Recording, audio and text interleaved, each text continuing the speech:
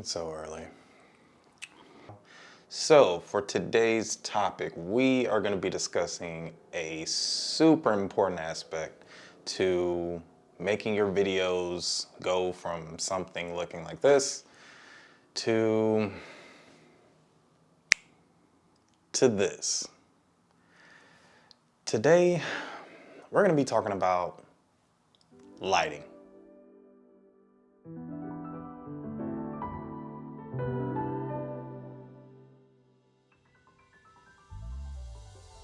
Okay guys, so in most YouTube videos, you're gonna see a good amount of lighting being used. Now, don't be mistaken.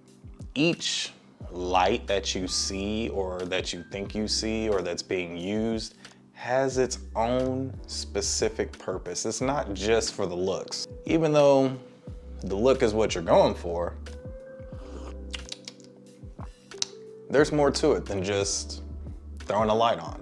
So in order for me to show you guys exactly what I'm talking about, or to give you a good example of the lights that are being used and how they're being used, I need to clear the canvas, so to speak.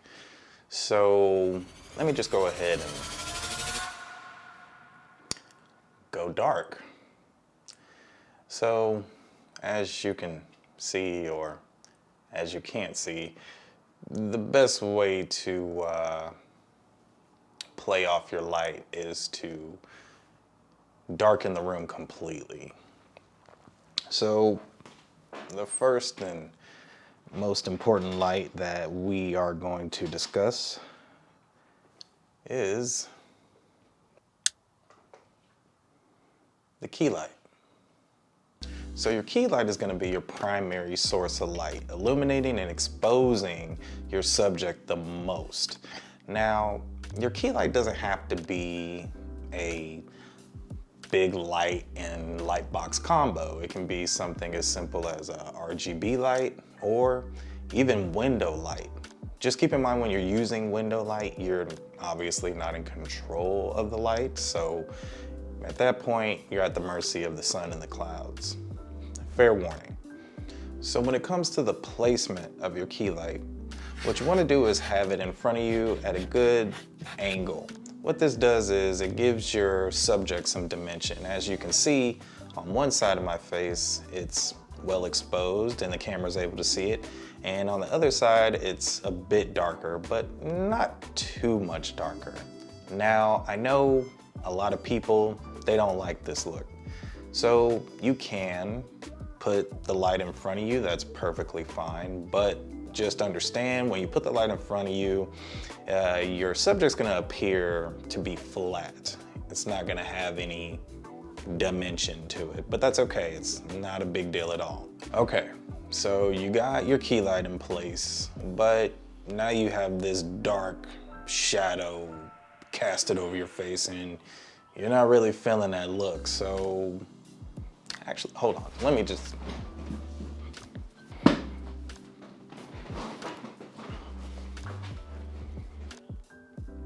There we go. Okay, as I was saying, so you have this dark shadow on your face and you're not feeling this look. So the next light we're gonna bring in is our fill light. So our fill light is gonna take care of that nasty shadow that we had earlier that we weren't really feeling. Now your fill light isn't going to be as intense as your key light, and it's not going to be as close as your key light.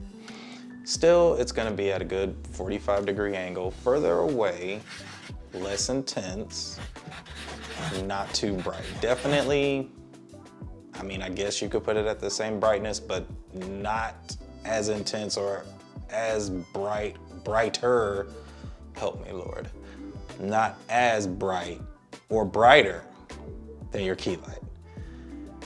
Why was that so hard to say? So me personally, I don't really care for the fill light. I think if you just angle your key light at a good enough angle to get a little bit of your face on this side and most of it on this side, I think it looks pretty decent, in my opinion. But again, all for the tutorial. This is for you, not me. So we got our key light in place. We got our fill light in place. So the next light we're gonna bring into the scenario or the scene is our rim light or hair light. For obvious reasons, I don't call it a hair light. So what our rim light is for is it gives us a nice separation from our background. Sometimes when you're not using a hair light, rim light, you can't get any separation from your subject to your background.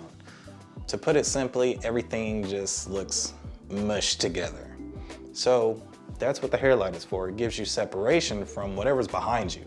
As you can see, I got a nice rim light on the back of my head, on my shoulders, even on my chair a little bit. And what it's doing is it's taking me, the subject, away from whatever's behind me. Versus when I didn't have it behind me, you can see it doesn't really have too much separation.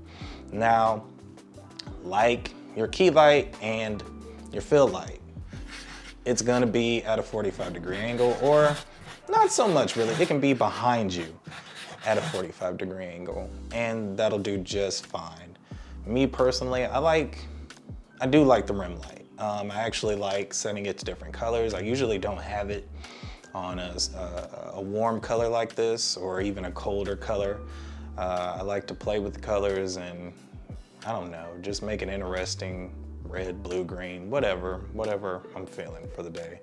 But rim light separates you from your background. Okay, so we have our key light, fill light, and rim light. The next set and last part when it comes to lighting are practical lights. Now what our practical lights do is give us depth. So what our rim light did was give us separation from our background. Our practical lights give us separation or depth from the background. To put it simply, it gives us distance from the subject to whatever's behind us. Me personally, again, sometimes I switch it up. A lot of times I don't like having all these lights on. I'll change some things up. I don't know, turn this light off, and I don't know, let's see, let's turn this boy off. I don't know, doesn't look too bad. It's not too weird, you know, but it has its own look. And that's what people go for. They're just looking to get something unique and interesting in their videos. So a lot of times you'll see those RGB lights, you know, light poles, all the colors in the world. What you don't want to do with these lights is have them too close, because obviously there won't be any distance established between you and whatever's behind you. So keep that in mind when you're setting up your practical lights. All right, so that's it. Super short, but again, super important, you guys. Your lights are everything, and your light setup or the light that you're using can make a $3,000 camera look like a $200 camera, to be totally honest with you. So after you get done investing in your camera and your lens, grab these lights. You need lights, you guys. You need them. But thank you guys for watching. Go ahead and like and subscribe. I'll see you guys on the next one. Peace.